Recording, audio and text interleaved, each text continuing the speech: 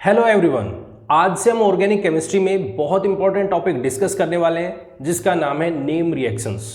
Organic chemistry में name reactions को किस तरीके से याद रखें, किस तरीके से समझें, उनके बारे में हम डिस्कस करेंगे और बहुत इंपॉर्टेंट टॉपिक होने वाला है आपके एग्जाम के पॉइंट ऑफ व्यू से। तो ध्यान से देखना है, ध्यान से समझना है, बहुत बहुत बहुत इंपॉर्टेंट टॉपिक है।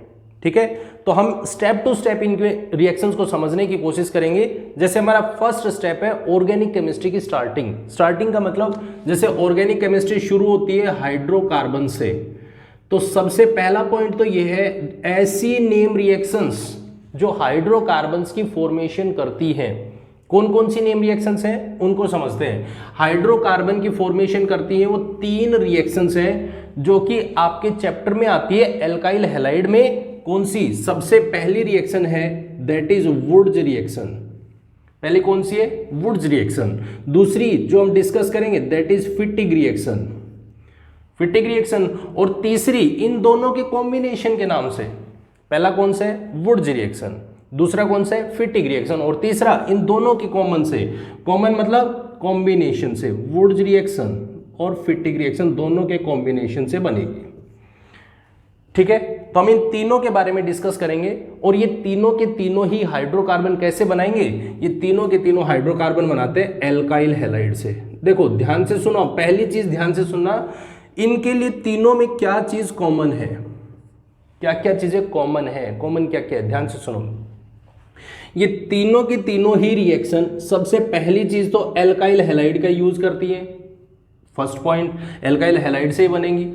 ठीक है, या तो एल्काइल हैलाइड यूज करेंगे या फिर एराइल हैलाइड यूज करेंगे, मतलब हैलाइड ग्रुप इसमें कॉमन होगा, एक चीज। दूसरा पॉइंट इसके अंदर कंपोनेंट, जो रिएजेंट हम यूज करेंगे, इसमें रिएजेंट यूज करने का मतलब है हम इसके अंदर यूज करेंगे सोडियम मेटल का। दूसरा पॉइंट सोडियम मेटल का इसमें यूज होगा। और तीसरा जो रिएजेंट इसकी सबसे इंपॉर्टेंट है जिसके बिना ये रिएक्शन पॉसिबल ही नहीं है, दैट इज ड्राई ईथर।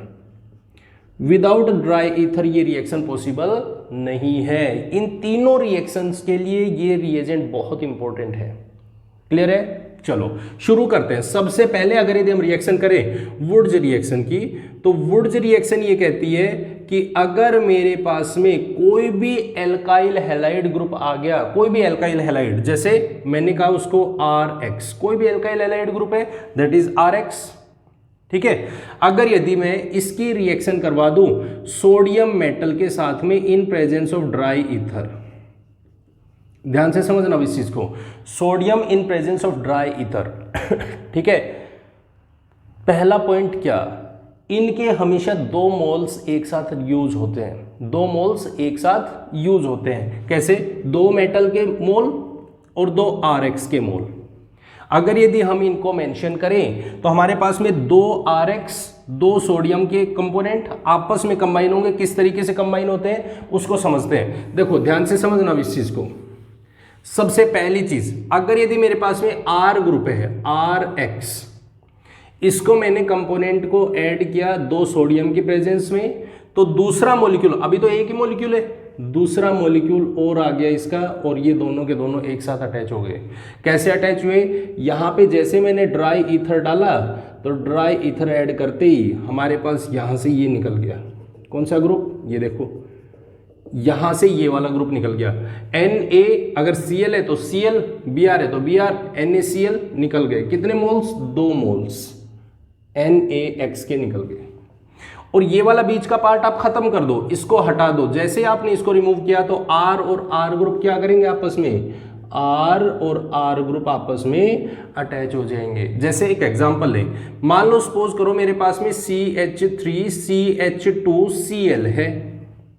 भैया एल्काइल हैलाइड मेरे पास ये है।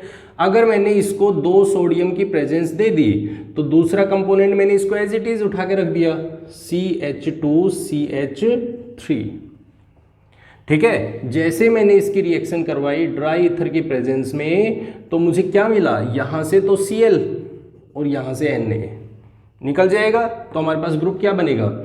CH3CH2CH2CH3। देखो ध्यान से, ये वाला जो ग्रुप था एज इट इज, ये वाला जो X ग्रुप से कार्बन अटैच था वो सीधा इस कार्बन से आके अटैच हो जाएगा और हमारे पास में प्रोडक्ट बनेगा ये वाला। क्लियर है point? This is Wurtz reaction. क्या? वुड्स रिएक्शन, जिसके अंदर दोनों के दोनों ग्रुप्स, ध्यान से सुनो, दोनों के दोनों ग्रुप्स एल्काइल ग्रुप्स हैं, एल्काइल ग्रुप्स। दूसरे रिएक्शन की बात करें तो दूसरी रिएक्शन हमारी फिटिग रिएक्शन। कौन सी रिएक्शन है? फिटिग रिएक्शन। और फिटिग रिएक्शन ये कहती है, उसमें तो हमने एल्काइल ग्रुप अटैच कर दिया, लेकिन यहां पे हमें एराइल ग्रुप्स लेने हैं। एराइल ग्रुप्स का मतलब आपके सामने कोई भी एराइल ग्रुप हो सकता है, मतलब बेंजीन है जिसके ऊपर क्लोरीन है प्लस दो सोडियम मेटल प्लस Cl और फिर बेंजीन, यही होगा। देखो ध्यान से, हमारे पास ये कंपोनेंट यहां से निकलेंगे और जैसे हमारे पास ये दोनों ग्रुप्स निकलते के साथ में क्या बन गया? दोनों के दोनों बेंजीन के ग्रुप्स आपस में अटैच हो गए, दैट इज डाइफिनाइल। तो ये हमारे पास रिएक्शन है फिटिग रिएक्शन। अगर यदि दोनों के दोनों कंपोनेंट्स आपके एराइल है, दैट इज फिटिग रिएक्शन। दोनों के दोनों एल्काइल ग्रुप्स हैं, दैट इज वुड्स रिएक्शन। और तीसरी बात क्या थी?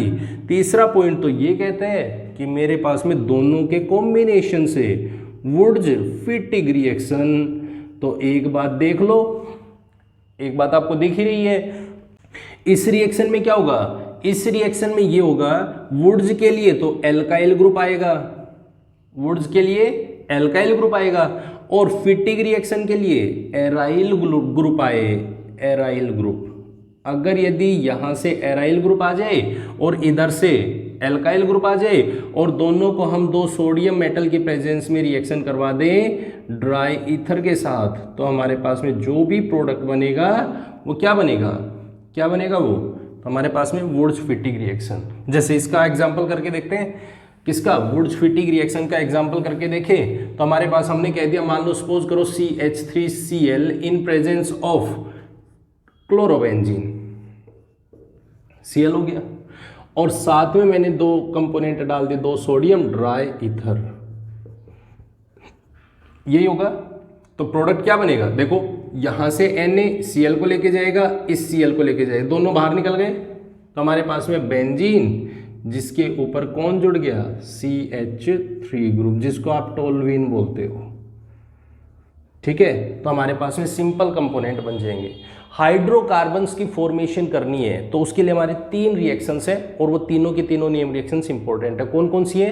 पहली वुड्स रिएक्शन, जिसके अंदर दोनों एल्काइल ग्रुप आते हैं। दूसरी फिटिग रिएक्शन, जिसमें एक एल्काइल, दोनों के दोनों एराइल ग्रुप्स होंगे। और तीसरी वुड्स फिटिग रिएक्शन, जिसमें एक एल्काइल ग्रुप होगा, एक एराइल ग्रुप होगा, दोनों के दोनों कंबाइन होंगे। बात क्लियर है? एकदम पॉइंट क्लियर है? तो ये हमारी 3 इंपॉर्टेंट रिएक्शंस। नेक्स्ट वीडियो में हम बात करेंगे डाइजोनियम से होने वाली रिएक्शंस। ऐसे करके हम अलग अलग रिएक्शंस हम डिस्कस करेंगे, जो भी इंपॉर्टेंट रिएक्शंस हैं उनके बारे में, ठीक है। तो आई होप आपको ये वीडियो पसंद आई होगी। अगर पसंद आई है तो प्लीज़ इसे लाइक, कमेंट और शेयर जरूर करें, और साथ में अगर हमारे चैनल को सब्सक्राइब नहीं किया है तो प्लीज़ चैनल को सब्सक्राइब जरूर करें। Thank you very much and have a nice day.